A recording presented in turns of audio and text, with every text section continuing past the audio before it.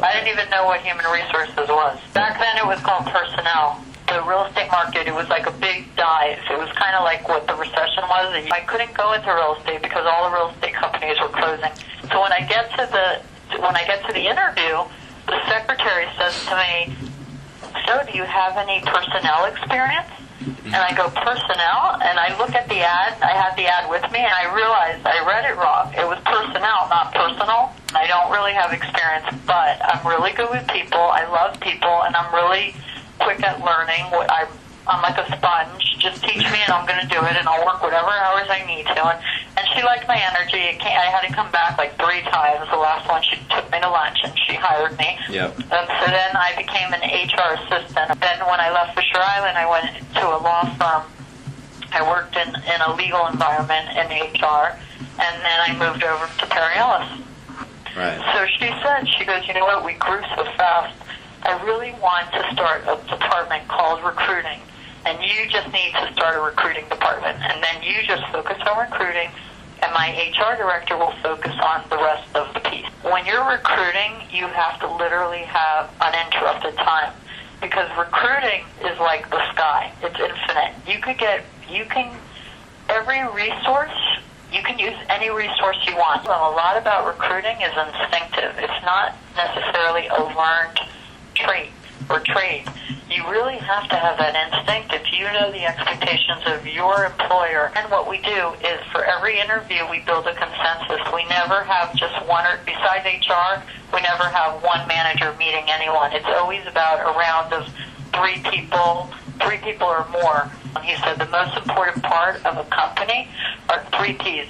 That's the people, the product, and the planning. They emphasize a lot on people, where a lot of companies, they don't. They view HR as the people who hand you your benefits paperwork, and, we're just paperwork people. But they really view me and my department as a partner. Every hire is a risk. You don't know what you're getting. And if you have a strong HR and recruiting department, your risk is going to be less, because we're going to know how to weed these people out. Let's say you like the person, you're HR, you like the person. Well, guess what? All because you like the person, it doesn't mean that the manager is going to like the person, right? What you don't want to do, you never want to push a hiring person on a manager, because ultimately they're the ones who has to work with the person. Right. And and then it could always backfire where you were wrong as HR and they work out, and then the manager's like, "I told you so, you forced me." So really, as a general rule, we try to partner, we don't force any hire. Once in my career, what happened was I did force a hire. I forced it because I could not imagine not hiring this person, and I'll tell you what happened. So remember, it's Fisher Island, so we have restaurants, we have a spa, it was very, major hospitality, hotels, and so they were looking for a bus boy, a bus person. So this guy didn't have a lot of stability, but he said, "You know what, Karen, I'm ready. I want to find a stable company. I want to work. I'm going to give you 110%. I'm the one for the job." So I thought to myself, it's a busboy. He can do it. I know he can do the job. So I passed him on to the manager, and the manager said, "Nope, I'm not going to take him." And I said, "Why?" And he said, "Because, no, he wasn't that stable." Then he made a little bit of a racist remark, like, "Oh, so the guy was Jamaican and he's lazy." And I didn't like that. He's talking to HR. I'm like, "Listen, we only hire qualified people." Okay. And I didn't like that. And I said, "You know what?